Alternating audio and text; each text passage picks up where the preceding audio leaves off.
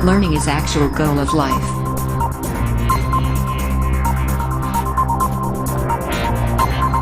Question 2. In figure line x, y and mn. x, y ये line रही, mn ये line रही, intersect at O. O point पर जो है ये इंटरसेक्ट कर रहे हैं, ठीक है। ये दो लाइन O पॉइंट पे इंटरसेक्ट कर रही है। Angle POY is equal to 90 degree. POY ये 90 डिग्री है, ठीक है। और A और B का रेशियो दिया गया है 2 and 3, ठीक है। A ये एंगल है, B ये एंगल है, ये क्वेश्चन में गिवन है। तो फाइंड C, हमें C फाइंड करना है, ठीक है। तो इसमें देखो गिवन डेटा है A ratio B is equal to 2:3।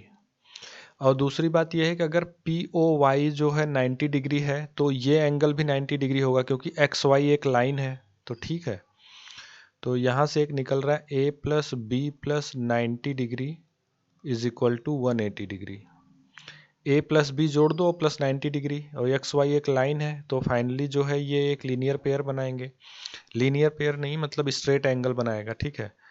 तो A plus B is equal to 90 उधर जाएगा, घट जाएगा, यानी 90 डिग्री। और यहाँ से देखो A B के बीच रेशियो क्या आ रहा है, ये हो जाएगा A upon B is equal to 2/3। ये तिर्यक इसमें गुणा हो जाएगा तो ये आ जाएगा 3A is equal to 2B। इधर ये इसमें मल्टीप्लाई हो गया, ये इसमें मल्टीप्लाई हो गया, ठीक है। अब देखो इसमें 2 से मल्टीप्लाई कर देते हैं, ये इक्वेशन 1 ले लेते हैं, ये इक्वेशन 2। तो 2 इंटू इक्वेशन 1, इक्वेशन 2 में जो है 1 में नहीं बल्कि 2 में जो है 2 से मल्टीप्लाई करेंगे तो आएगा 2A plus 2B is equal to 2 into 90 degree. ये इक्वेशन 2 में मैंने 2 से मल्टीप्लाई, 2B की वैल्यू 3A डाल दो, 2B यहाँ पर है ना, तो आएगा 2A plus 3A is equal to 2 into 90। Finally आ जाएगा ये 5A इज इक्वल टू 180, और A की वैल्यू यहाँ से आएगी 5 से डिवाइड कर दो, 5 3 जा 15, 3 बचेगा, 5 6 जा, यानी A की वैल्यू आई 36 डिग्री। अगर A की वैल्यू 36 आई तो B की वैल्यू यहाँ से निकल जाएगी आराम से, या इस इक्वेशन 2 से निकाल लेते हैं B की वैल्यू, ठीक है। From equation 2 A plus B is equal to 90 degree है, तो यहाँ से B की वैल्यू आएगी 90 माइनस A की वैल्यू है 36 डिग्री। फाइनली 36 घटाओगे तो क्या आएगा, 0 माइनस 6 4, यहाँ पे बचा 8, 8 माइनस 3 5, यानी B की वैल्यू आ गई 54 डिग्री, ठीक है।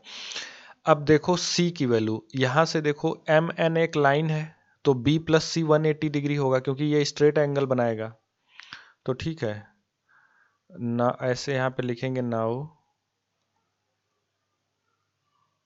From figure B plus C is equal to 180 degree.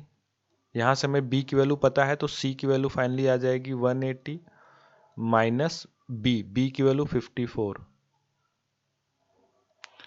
Finally आ जाएगा 10 माइनस 4 6, यहाँ बचेगा 7, 7 माइनस 5 2, और 1 ए रहा 126 डिग्री, यानी C की वैल्यू आई आपकी 126 डिग्री, और यही कैलकुलेट करना था हमें। तो फाइनली जो है ये आंसर हो गया। What's going on?